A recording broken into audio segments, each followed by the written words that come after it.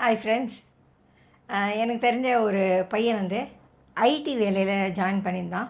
ஒரு 2 வருஷம் போனப்போ அங்கே அவனுக்கு ஒரு ஃப்ரெண்ட்ஸ் கேங் கிடச்சிது. ஒரு 7-8 பேர். அவங்க எல்லாருமே இவனை மாதிரியே அங்கே இருக்கிற ஐடியில் வேலை செய்கிறவங்க.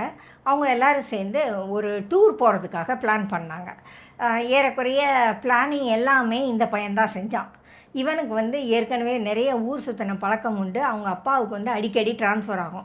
ஸோ ஒவ்வொரு ஊர்லேயா 4 வருஷம் இருந்துட்டு வந்த பழக்கம் இருக்கிறதுனால இவன் அந்த டூரை அரேஞ்ச் பண்ணுற விஷயத்த கையில் எடுத்தான். இவன் எல்லாருக்காகவும் எல்லா வேலைகளையும் செஞ்சான். டூர் போனாங்க. 5 நாளோ ஏதோ சம்திங் அந்த டூரு. இங்கே இருந்து 3 கார் எடுத்துகிட்டு எல்லோரும் போனாங்க. போனவங்க என்ன பண்ணாங்க, 2 நாள் கழித்து இவன் காரில் திரும்ப வந்துட்டான். என்னடா 5 நாள் டூர்னு சொன்னியேன்னா, நீ தனியாக வேறு வந்திருக்கே, என்ன ஆச்சு அப்படின்னா, நான் ஒருத்தருமே என் பேச்சை கேட்க மாட்டேங்கிறான், அவன் இஷ்டத்துக்கு ஆடுறான், நான் எதுக்கு இவங்க கூட டூர் போனோம், நான் எதுக்கு இவங்களெல்லாம் கோஆர்டினேட் பண்ணோம், அதான் வந்துட்டேன் அப்படின்னு சொன்னான்.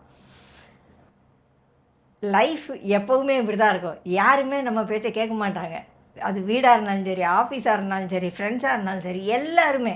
இந்த பையனுக்கு அந்த அனுபவம் இல்லை. அவன் ஒருவேளை அவங்க வீட்டில் எல்லாரும் அவன் பேச்சை கேட்குற மாதிரி வச்சுருந்துருப்பான். ஆஃபீஸ்லேயும் இவன் வேலை செஞ்ச வரைக்கும் அவங்கெல்லாம் என்ன நினச்சிருப்பாங்க, சரி இவன் நமக்காக வேலை செய்கிறான் அப்படின்னு சொல்லி இவனை வேலை செய்ய விட்டுருப்பாங்க.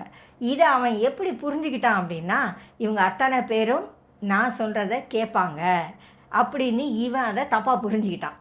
அது யார் தப்பு? இவன் தப்பு தான் இல்லையா? எல்லாருமே இவனை மாதிரி அடல்ட்டு வெளியே டூருக்குன்னு போனால் எல்லாருமே இஷ்டம் போல் இருக்க தான் செய்வாங்க. ஒரு டூரை அரேஞ்ச் பண்ணி அவங்களையெல்லாம் கோஆர்டினேட் பண்ணுறதுங்கிறது சாதாரண விஷயம் கிடையாது. அதை இந்த பையன் அண்டர் எஸ்டிமேட் பண்ணிட்டான். தன்னால் எல்லாரையும் ஹேண்டில் பண்ண முடியும்னு நினச்சிட்டான். அதனால தான் அவனுக்கு இந்த சிக்கல். அதையும் ஒர்ஸ் ஆக்குற மாதிரி அவன் என்ன பண்ணிட்டான், பாதியில் அவங்கள விட்டுட்டு வந்துட்டான். அது ரொம்ப ரொம்ப தப்பு. ஒரு வேளை நம்ம எடுத்தோம் அப்படின்னா என்ன பிரச்சனைகள் வந்தாலும் எப்படியாவது அதை முடிக்கிறதுக்கு பார்க்கணுமே ஒழிய பாதியில் எல்லாரையும் விட்டுட்டு வரக்கூடாது. வந்தால் என்ன ஆகும்னா, அவங்களுக்கு நம்ம மேலே இருக்கிற நம்பிக்கை போயிடும். இனி ஒரு தடவை டூர்னு போட்டால் யாராவது இவன் பேச்சை கேட்டு வருவாங்களா? வரமாட்டாங்க இல்லையா? அது காரணம் இந்த பையன் வந்து சின்ன பையன். இவனுக்கான அனுபவம் ரொம்ப குறைவு. எல்லாரையும் அட்ஜஸ்ட் பண்ணி போகிறது தான் லைஃபுங்கிறத இவன் படிக்கலை.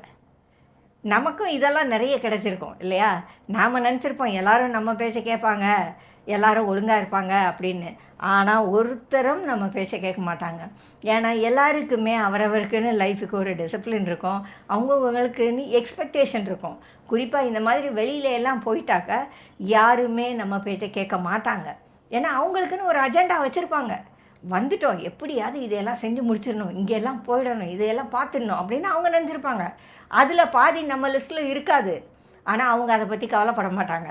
நாங்கள் வந்துட்டோம், நாங்கள் இதை செய்வோம் அப்படின்னு தான் சொல்லுவாங்க. லைஃப்பும் அப்படி தான் இருக்கும். எல்லாரோடையும் அட்ஜஸ்ட் பண்ணி போகிறதுக்கு நம்ம பார்க்கணும்.